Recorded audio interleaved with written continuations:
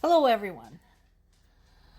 Among his other nonsensical ramblings this week, including those at the International Forum in Davos, Trump said that, well, I just can't end this conflict. I've worked so hard, and these pesky Ukraine and Russia just can't seem to get it together. I would like to remind everyone that his 2024 campaign was partly based on ending the war in Ukraine in 24 hours. Even before he took office, and then after he took office, and then another 50 days, and 10 days, and 15 days, and 7 months, and 2 weeks. You see where I'm going with this.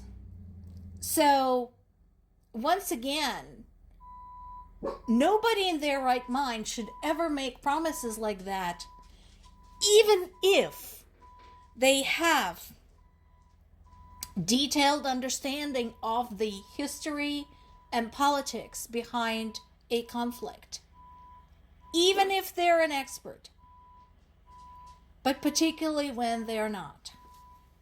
Of course, the really pathetic part about this is that he goes back and forth as to whom to blame. Last summer, he said Ukraine was difficult. Then Russia was difficult. Now they're both are difficult. He continues to refuse to acknowledge that Russia had invaded another country because that would set a precedent of acknowledging that invading another country is wrong. And since he himself has views on invading other countries, hello Venezuela, hello Greenland, he doesn't want to say that. And so instead, it's easier to blame both Russia and Ukraine because he waded into deep waters where he didn't belong, and now he doesn't know what to do about it. Now, there are a couple of things I want to show you, and I think they will resonate with people in the United States particularly right now, because so many of us are enraged and frustrated by the actions of ICE right now and seeing no accountability. So, I said in the past, and I will continue saying that no, Ukraine is not perfect. It does have issues with corruption. It does have issues with abuse. A lot of countries do, including the US. That is not an excuse to invade them. But at least at this time, Ukraine appears to have a better record with accountability than the US. Because, first of all, a high-ranking official who was proven to have been involved in the corruption scandal has been canned. He lost his job. Now, here we have a report of an officer, a Ukrainian officer, who was operating a unit in the Sumy region, who was suspected of torturing his subordinates. At this time, protecting the victims, the investigators did not disclose the names of the victims or of the officer. However, what had happened was the subordinates of this officer secretly recorded a conversation in which he had threatened to shoot them for failing to carry out an order. They initiated an investigation, and now this man has been arrested and is awaiting trial.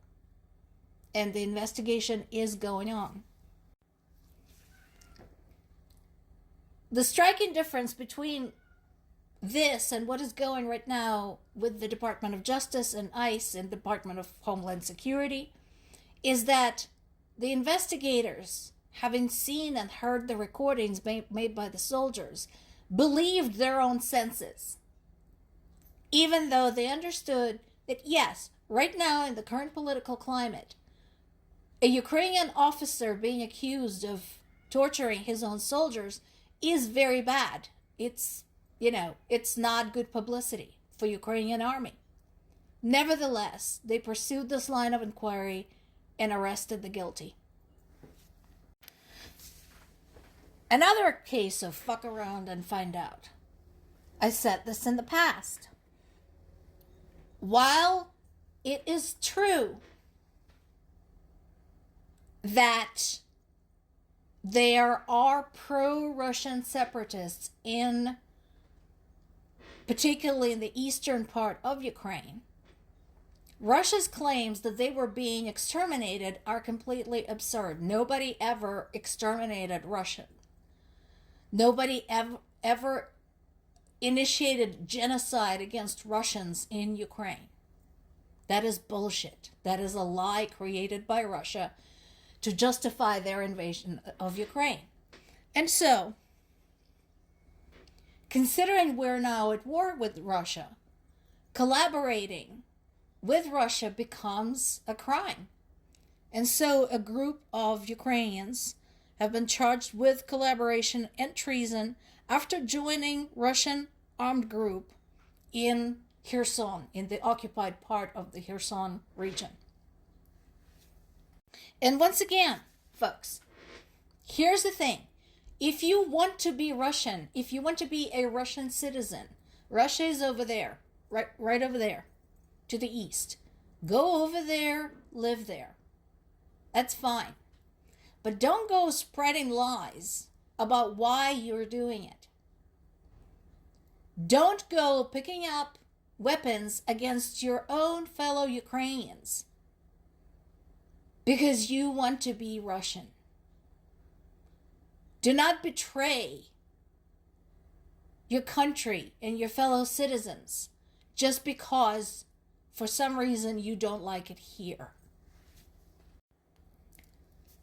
Of course, Russia continues utilizing every underhanded trick. We now have a report of a Ukrainian soldier who is currently in intensive care after an alleged agent of Russia's Federal Security Service, basically the extension of KGB or the next incarnation of the KGB, had stabbed the soldier in Zaporizhia. So this man, the man suspected of the attack, has been detained. But again, what was he hoping to achieve? Zaporizhia is one of the strongest fortresses of Ukrainian resistance. What did he think he was going to get by doing this? The energy crisis still continues. So we talked about the difficulties restoring energy in Ukraine's capital, Kyiv. Over 500,000 people have been forced to leave. 600,000 people have been forced to leave because there is no power, no heat. And that is just unbearable in the freezing temperatures. Ordinarily, Kyiv is home to over 3 million people. So that is 1/5 of their population. Imagine some of the largest American cities. Imagine if 1/5 of their population was forced to go somewhere else. Now imagine this is in a country that already had millions displaced by this war. And again, this is in the middle of the worst winter Ukraine has had in the last 20 years.